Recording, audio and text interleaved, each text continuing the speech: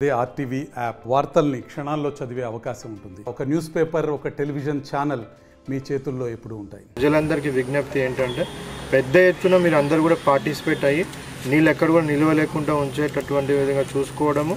అదేవిధంగా జ్వరాలు ఎవరికన్నా వచ్చినా కానీ సంబంధిత మెడికల్ ఆఫీసర్కి, సంబంధిత ఆశా ఏఎన్ఎంకి చెప్పినట్టయితే కూడా వాళ్ళు ఒకసారి టెస్ట్ చేసి, ఇప్పుడు ఇంటింటికి కూడా మనము ఫీవర్ సర్వే చేస్తూ ఉన్నాము.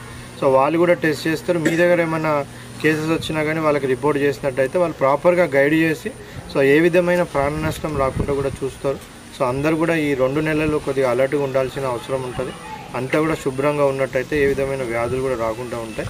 సో ప్రభుత్వం ఏదైతే మంచి ఉద్దేశంతో ఈ ప్రోగ్రామ్ టేకప్ చేసిందో పెద్ద ఎత్తున మరి ప్రజలందరూ, మీడియా, ప్రతి ఒక్కరు కూడా ఇంట్లో ఆఫీసర్స్ అందరూ కూడా ఇంట్లో స్టాఫ్ అందరూ కూడా మళ్ళీ మల్టీపర్పస్ వర్కర్స్ కానివ్వండి, పంచాయత్ మెంబర్స్ కానివ్వండి, వీళ్ళందరూ కూడా పంచాయత్ స్టాఫ్ అందరూ కూడా పార్టిసిపేట్ అయ్యి దీన్ని పెద్ద ఎత్తున సక్సెస్ చేయాలని కోరుకుంటాం. 5 రోజులే కాకుండా ఇప్పుడు మనకి మాన్సూన్, సో వర్షాకాలం ఉంది కాబట్టి ఇంకొక రానున్న ఒక 2 నెలలు కూడా చాలా క్రూషియల్ ఉంటాయి. ఈ 2 నెలలలో కూడా మనకు వర్షం ద్వారా వచ్చే వ్యాధులు, వాటర్ స్టాగ్నేషన్ పాయింట్స్ ఇవన్నీ ఉండడం వల్ల మలేరియా, డెంగ్యూ ఇవన్నీ వచ్చే ఛాన్సెస్ ఉంటాయి. సో హైజీన్ సరిగా పాటించకుండా, పరిసరాలు శుభ్రంగా ఉంచుకోకున్నట్టయితే వాటర్ వల్ల, ఫుడ్ వల్ల వచ్చే కంటామినేటెడ్ డిసీజెస్, టైఫాయిడ్ లాంటివి ఇవన్నీ కూడా వచ్చే ఛాన్సెస్ ఉంటాయి.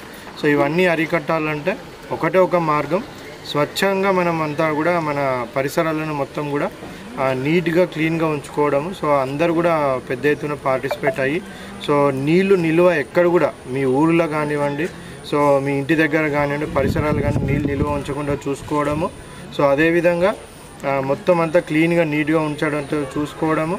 అదేవిధంగా చెట్లు నాటే కార్యక్రమం కూడా పెద్ద ఎత్తున మనం టేకప్ చేస్తున్నాం. ఇంటింటికి కూడా చెట్లు ఇస్తూ ఉన్నాం. ఇచ్చిన చెట్లను కూడా పరిరక్షించుకుంటూ మన ఊళ్ళో పెట్టిన చెట్లను కూడా పరిరక్షించుకున్నట్టయితే ఈ స్వచ్ఛదనం పచ్చదనం ప్రోగ్రామ్ అనేది నిరంతర ప్రోగ్రామ్ ఇది సక్సెస్ అవుతుంది. జిల్లా ప్రజలకు అందరికీ కూడా నమస్కారం. ఎస్పెషల్లీ మనం చూసినాం 5th ఆగస్ట్ నుంచి 9th ఆగస్ట్ వరకు తెలంగాణ రాష్ట్రం మొత్తంలో, అదేవిధంగా మన మెదక్ జిల్లాలో కూడా మనము స్వచ్ఛదనం పచ్చదనం అనేసి ఒక కార్యక్రమం టేకప్ చేయడం జరిగింది. సో ఇది మెయిన్గా ఈ 5 రోజులు మొత్తం అంతా ఆఫీసర్స్ అందరూ కూడా కలిసి ఇది చేసినప్పటికీ కూడా ఇది 5 రోజుల కార్యక్రమం కాదు, ఇది నిరంతర కార్యక్రమం. సో ప్రజలందరూ కూడా దీంట్లో భాగస్వాములు అవ్వాల్సిన అవసరం ఉంటుంది.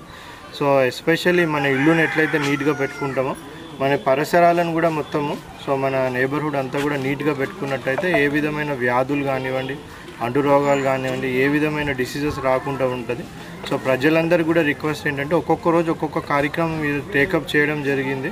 సో దాని యొక్క ముఖ్య ఉద్దేశం ఏంటంటే ప్రజలందరూ కూడా భాగస్వామ్యం అయ్యి వాళ్ళు కూడా శ్రమదానం చేసి వాళ్ళ ఇంటిని ఎట్లయితే శుభ్రంగా ఉంచుకుంటారో పరిసరాలను అంతా కూడా పరిశుభ్రంగా. మరిన్ని వీడియోస్ కోసం ఛానల్ ని సబ్స్క్రైబ్ చేయండి. లేటెస్ట్ అప్డేట్స్ కోసం వాట్సాప్ ఛానల్ ని ఫాలో చేయండి. అండ్ లింక్ డిస్క్రిప్షన్ లో ఉంది.